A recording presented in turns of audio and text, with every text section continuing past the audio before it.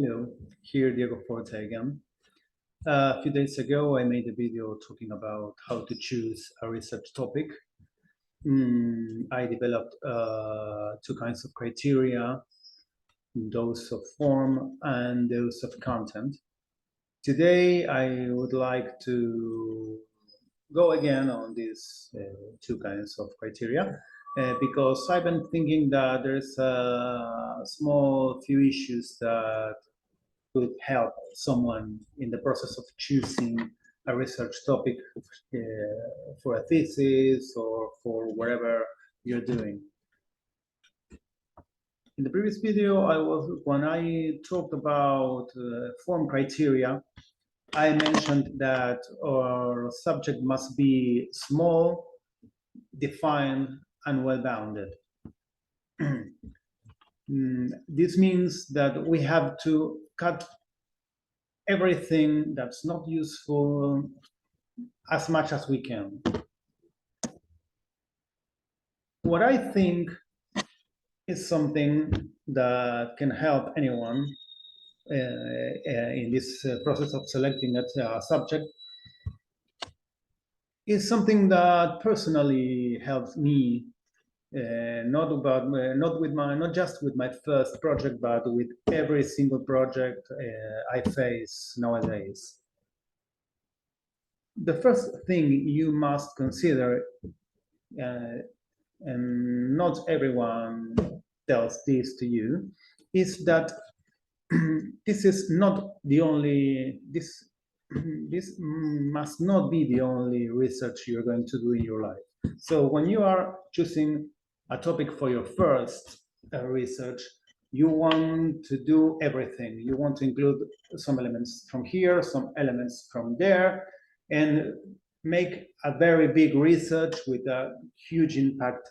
But you have to fulfill a certain amount of criteria that your university or the institution you're working on is going to ask. Therefore, the smaller the better. In any other case, you're going to find your subject is huge and you're going to find lots of holes in it. And if you don't find the holes, certainly someone evaluating it or evaluating you is going to find them. So if your topic is small, you can close all the holes and you can defend your project from every attack, from every corner. That's something you can bear in mind when choosing your topic. It's not the only research, it's not the last. Perhaps the first, but not the last. No, not necessarily the last. So keep that in mind. Another thing about the form, and this may help. Sorry, I need my coffee. When choosing a topic, there are three elements that, in a way or another, are connected and are going to help you develop what you want to do and make it as small and bounded as possible. First, your topic in general terms. This means using the same example as I used in the previous video, you can say you can analyze capitalistic discourse about nature. Perfect. That's your subject. Now, you have to define a problem within that topic.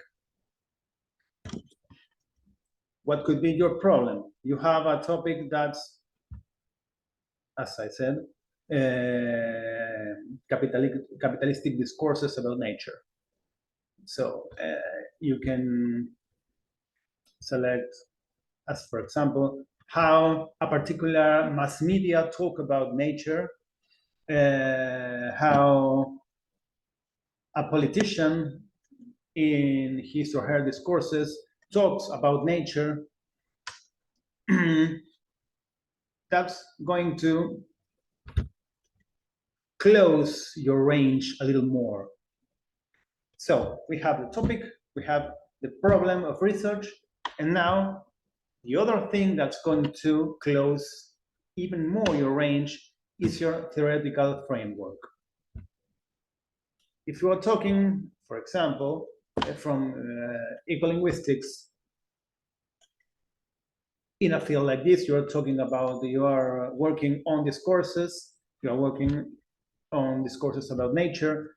Perhaps you can use critical discourse analysis framework. Therefore, you can use not only authors as Stevie or whatever, any other, but you're going to use something that allows you to analyze discourses in a hard way. So to dismantle how they are constructed and not any other thing. So you don't have to mix it with social theory. You don't have to add anything in the mix, just a discursive perspective. So you start with the theme or topic, you go to the problem, and then you select your theoretical framework.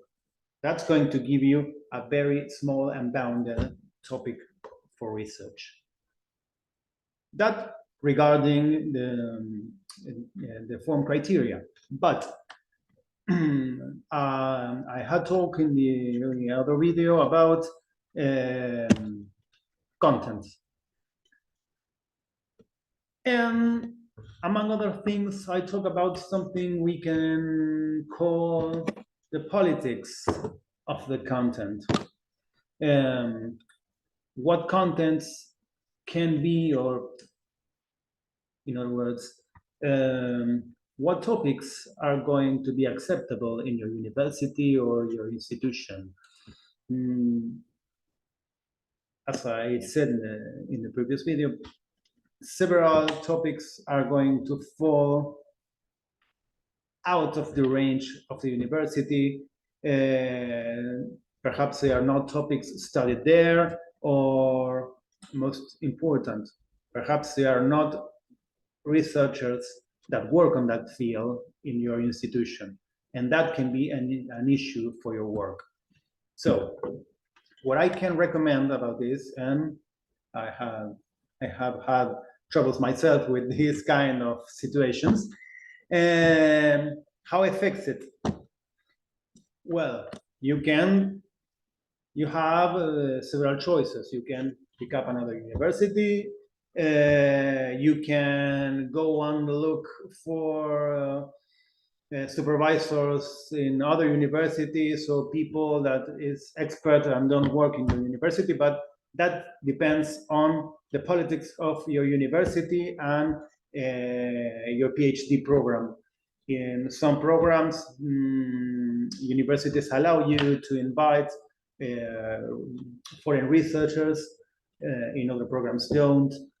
So this is a thing you can consider too.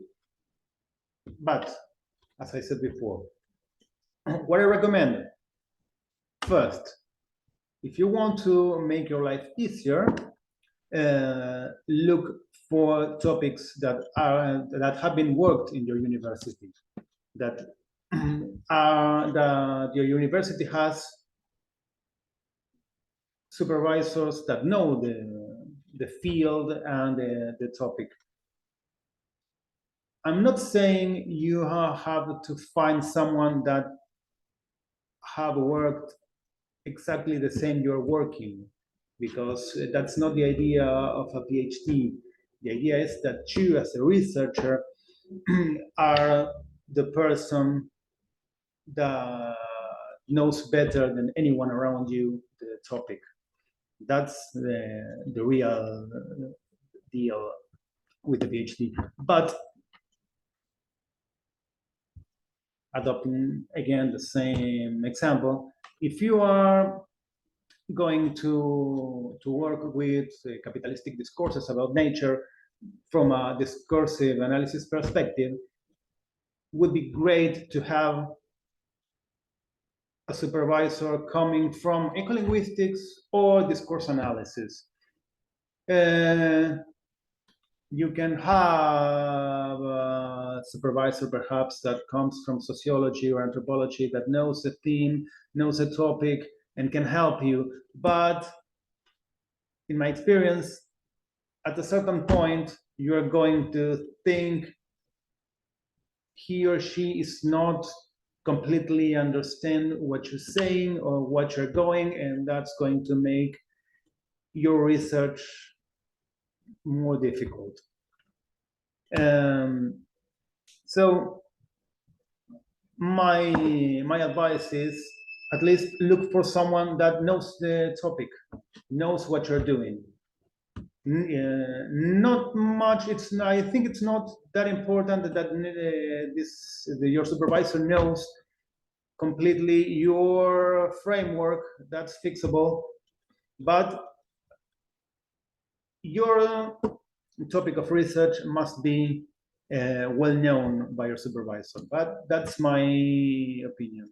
Of course, you can choose other ways, make it harder, and I can talk about that too, but that's for another video. So I hope this was help, and a pleasure again. Bye.